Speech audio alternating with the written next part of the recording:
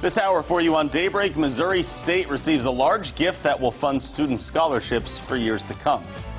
Also, we'll show you how MSU's ad team is working to fight against targeted violence in the community. These stories and more for you coming up on Daybreak.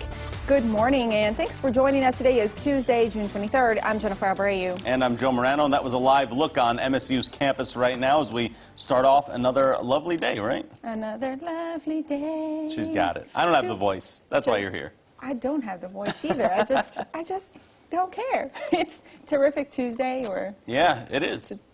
I can't come up with any other words for Tuesday. But terrific works, especially if you got to get works. outside, right? That's what Elisa Rappel tells us this morning. Good morning, Elisa. It's good to get out there today, right? It's going to be so nice because I think it's going to just feel better. It'll be less humid, especially by tonight. I just tweeted out there's an open window weather warning. Oh, I've declared.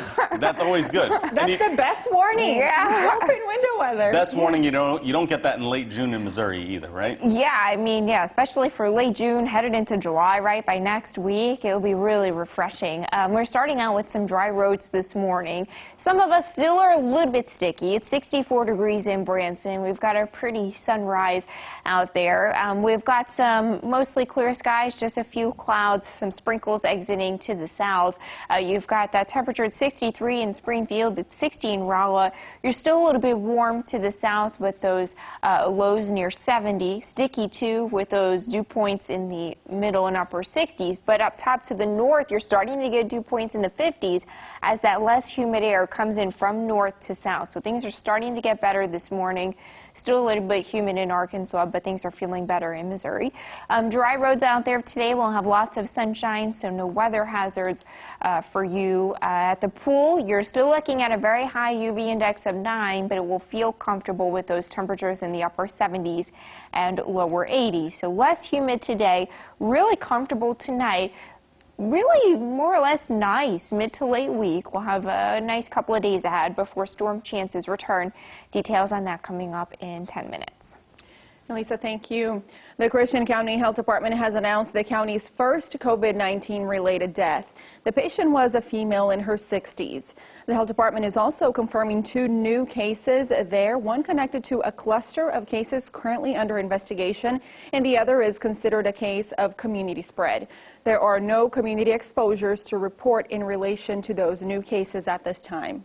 And the Springfield-Greene County Health Department is warning of new exposures after a COVID patient visited several locations around Greene County while symptomatic. To find the full list of times, dates, and locations for those, head over to ozarksfirst.com. Branson was trending on Twitter yesterday after a video went viral showing counter-protesters at Sunday's Black Lives Matter protests. The video shows counter-protesters in Branson waving Confederate flags in front of the Dixie Outfitters off of 76 in Branson. One video in particular shows a woman showing support for the KKK. Branson Mayor Ed Akers released a statement responding to what he called hate speech. It reads in part, quote, "The city of Branson does not condone any type of hate speech. We have seen approximately 7 demonstrations since May 30th, and all of which have been peaceful with no significant issues. The majority of the people of Branson are welcoming, open, and neighborly citizens. Many here have a strong moral background with servants' hearts and a spirit of hospitality."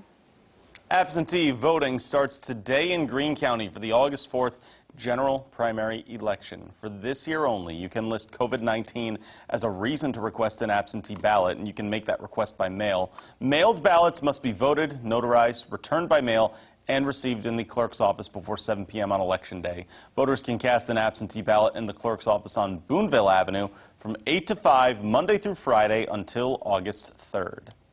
In education coverage, an 8-figure donation from the C.W. Titus Foundation will be funding scholarships for MSU students. MSU's Craig Hall is one of the primary buildings of the Judith Enyart Reynolds College of Arts and Letters. The university is calling this a transformational gift. Tim and Judith Reynolds are trustees and alumni of MSU and expressed their desire to fund scholarships a couple of months ago.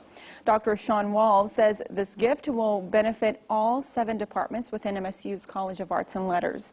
It will cover art programs, music, theater, dance, English, classical languages, and communication studies.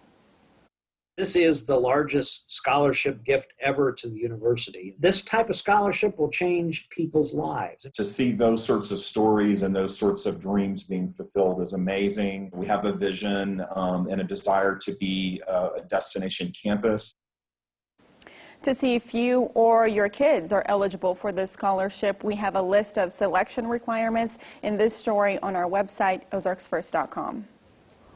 New this morning, Missouri State University's AD team is working to address targeted violence in the community. Nigel McDonald has been following this group's progress and is live on campus this morning to tell us what the team will actually present in its campaign later today. Yeah, good morning. Well, Missouri State is one of 3 universities selected as finalists in the John McCain Institute's peer-to-peer projective project. Now, I met with 2 of Missouri State advertising students who tell me that they're honored to be able to create a way to help future generation students develop peer-to-peer healthy relationships. Kindness Empowers Youth, or KEY, is a program focused on teaching students age-appropriate emotional skills. Morgan George is part of Missouri State University's AD team and helped create the online resource. For not only parents, but also teachers to help teach children those skills at the critical stage of development in 3rd through 5th grade. A time when George says many students begin learning how to interact with their peers. This was a critical stage in their development with each other. So not only mentally, but a critical stage in their development with their relationships with their peers, as well as learning about themselves. And this is when they start to identify who they are and start forming opinions about each other, having those intergender relationships. The AD team created KEY in response to the McCain Institute's National AD Campaign Project, which challenged universities to create a way to counter targeted violence. MSU AD team student Jordan Moore says while most schools offer some sort of anti-bullying program, but what a lot of schools are lacking right now is a program that teaches kindness within ourselves, which Moore says can then transfer into being kind to others. I think the overall hope for this platform is that, 1, the kids understand their internal versus their external strengths, and that there's a lot more internally than there is externally. And then I think on the flip end, the parents understand the importance of teaching these soft skills in the school system. Well, the AD team will present its campaign virtually later this afternoon, and then a winner will be selected shortly after. You can visit our website at ozarksfirst.com for more information on KEY and also a way to access the group's online resources. Reporting live in Springfield, Nigel McDonald, Ozarks First. Thank you, Nija. It is feeling better out there this morning. Less humid air coming in from top to bottom. Details on a beautiful day ahead coming up next. From Color 10 Ozarks First, Jennifer Abreu, Joe Morano, and weather with meteorologist Elisa Rafa. This is Color 10 News Daybreak.